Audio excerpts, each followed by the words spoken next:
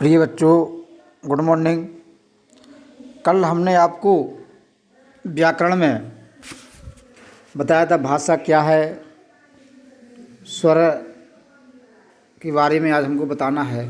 कल हमने वर्ण अक्षर के बारे में बताया था कि वर्ण क्या होते हैं। तो वर्ण हमने बताया था सबसे छोटी इकाई होती है। वर्ण कितने प्रकार के होते हैं, अक्षर कितने प्रकार के होते हैं, उनको दो भागों में विभाजित किया गया, स्वर और व्यंजन।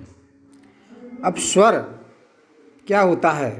स्वर को हम अंग्रेजी में वॉवल्स कहते हैं। तो स्वर कहा जाता है दो वे वर्ण, स्वर की परिभाषा है वे वर्ण जिनके उच्चारण के लिए किसी दूसरे वर्ण की सहायता की आवश्यकता नहीं होती, वे स्वर कहलाते हैं। और हिंदी वर्णमाला में स्वरों की संख्या 14 होती है, जो हिंदी वर्णमाला के स्वर हैं। अब स्वर के भेद कितने होते हैं? अब स्वर को पहला भेद हर्ष स्वर, जिसको लघु भी अपन कहते हैं, जब संधि होती है तो उसमें लघु भी कह सकते हैं और हर्ष भी कह सकते हैं। जिन स्वरों के उच्चारण में बहुत कम समय लगता है उसे हर्ष स्वर कहते हैं। जैसे छोटा, छोटी, छोटाऊ, ऋषि, काला, री और लरा, ये हमारे हर्ष स्वर होते हैं। कौन कौन से? छोटा, छोटी, ऊ, री और लरा। दीर्घ स्वर, जिन स्वरों के उच्चारण में हर्ष स्वर से दुगना समय लगता है उसे दीर्घ स्वर कहते हैं। जैसे बड़ा ई, बड़ा आ, बड़ा ई, बड़ा ऊ, री, बड़ी, लरा, ए, आई, ओ, औ, ये हमारे दीर्घ स्वर कहे जाते हैं। मतलब जिनमें हर्ष स्वर से दुगना समय लगे उसको दीर्घ स्वर कहते हैं। और कुछ प्रयुक्त स्वर भी होते हैं।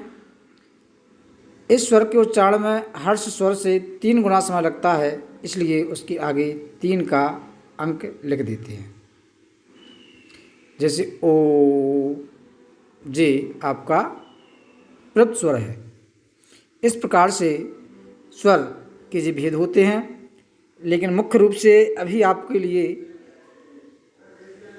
इन तीनों स्वरों का अध्ययन करना है। स्वर के भेद जो होते हैं इनको बताया हमने आपको 3 स्वरों के बारे में। अब आता है व्यंजन, कि व्यंजन किसे कहते हैं। जिन वर्णों के उच्चारण में स्वरों की सहायता ली जाती है उन्हें व्यंजन कहते हैं। और इनके उच्चारण में मुख से निकलने वाली वायु में रुकावट होती है। अब व्यंजन भी कई प्रकार के होते हैं। स्पर्श है, अंतस्थ है, उसमें है, अपेक्षित है। तो पहले आता है स्पर्श। का से लेकर, मतलब का कबूतर से लेकर के माँ तक वर्ण को स्पर्श व्यंजन कहते हैं। सभी स्पर्श व्यंजन 5 वर्गों के अंतर्गत आते हैं। प्रत्येक वर्ग का नाम पहले वर्ण के आधार पर रखा गया है। जैसे का वर्ग में का से यहाँ तक, कंठ, चा वर्ग चा से यहाँ तक, तालु, टा वर्ग टा ठा डा ढा जे मूर्धा, ता वर्ग ता धा दा धा ना दंत, पा वर्ग पा फा वा भा मा जे ओष्ठ। मतलब जे वर्ण वो होते हैं, इनको कंठ, तालु, मूर्धा, दंत, ओष्ठ क्यों लिखा गया? क्योंकि इनको बोलने से हमारे जो मुंह के अंदर जो है कंठ है, तालु है, जो भी है, किसकी सहायता ली जा रही है, इसलिए उसको आधार पर इनको कहा गया है। अंतस्थ दूसरा होता है। वे स्वर और व्यंजन के मध्य स्थित हैं, वे अंतस्थ कहे जाते हैं। जैसे या, रा, ला और वा, ये अंतस्थ स्वर व्यंजन कहे जाते हैं। ऊष्म व्यंजन, इनके उच्चारण में मुँह से गर्म श्वास निकलती है। इनकी संख्या 4 है। सा, सा, सा, हा, मतलब तीनों सा, सलजम, षटकोण और श्रौता वाला सा, और हा हल्का, ये ऊष्म व्यंजन कहे जाते हैं। उत्क्षिप्त, इसके उच्चारण में जीभ ऊपर उठकर झटके के साथ नीचे गिरती है। ये 2 हैं। जी डा के नीचे जो बिंदी रहती है और पढ़ने वाला अड़ा, डा अड़ा। संयुक्त व्यंजन जिसमें दोनों व्यंजनों का उच्चारण होता है, दोनों को मिलाकर के, जैसे छतरी वाला चा है, इसमें आधा का प्लस आधा षटकोण का सा, तो इसको मिलाकर के छतरी का चा बन जाता है। त्रा आधा ता प्लस रा, ज्ञा जा प्लस या, और स्रा आधा सलजम वाला सा प्लस रा।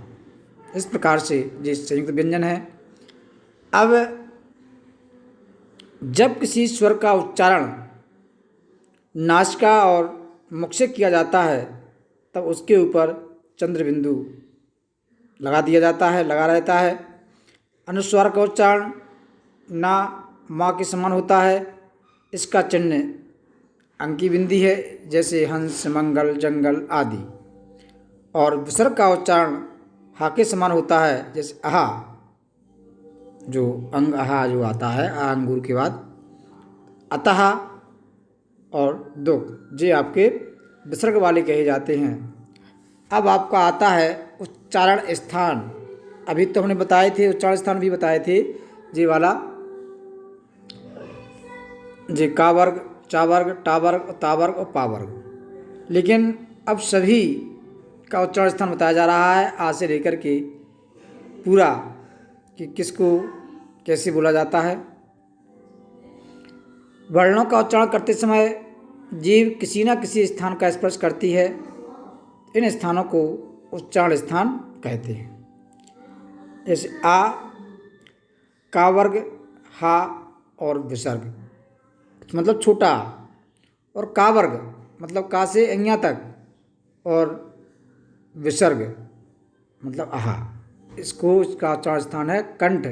जब आप इनको बोलेंगे तो आपको जो जीभ का प्रयोग है वो वहाँ पर आपके कंठ से होकर के निकलती है, होकर के आवाज़ करती है, तो उसको कंठ उसका उच्चारण स्थान हो जाएगा। उसके बाद ई छोटी, चा वर्ग, या और सा, इसका उच्चारण स्थान है तालु। उसके बाद ला, टा वर्ग, रा और षटकोण वाला सा, ये मूर्धा, इसका उच्चारण स्थान है।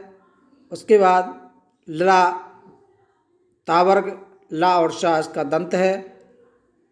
उ और पा वर्ग, इसका ओष्ठ है।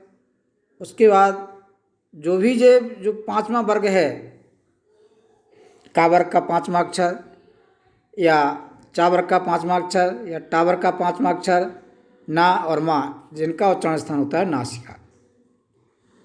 वा दंत और ओष्ठ, ए और आई कंठ और तालु, ओ औ कंठ और ओष्ठ। इस प्रकार से जिनका उच्चारण स्थान होता है। और अब आपको आगे दिन पढ़ाया जाएगा विराम चिन्हों का प्रयोग, कि विराम चिन्हों का प्रयोग कैसे किया जाता है और उन विराम चिन्हों का क्या क्या चिन्ह होते हैं। अब आपको ये यहीं समाप्त होता है और आपको ये पूरा काम लिखना है, अपनी कॉपी पर नोट करना है और चेक कराना है, क्योंकि आपकी कापियाँ जब भी विद्यालय खुलेंगे आपकी कापियाँ निश्चित रूप से चेक की जाएंगी। इसलिए आप लोग अपना काम करते जाएं, इकट्ठा बोझ ना डालें कि नहीं हम तो जब विद्यालय खुलेंगे तब लिख लेंगे, ऐसा नहीं करना है। और याद भी करते जाएं, क्योंकि टेस्ट भी आपका होना है। इसलिए बहुत बहुत धन्यवाद।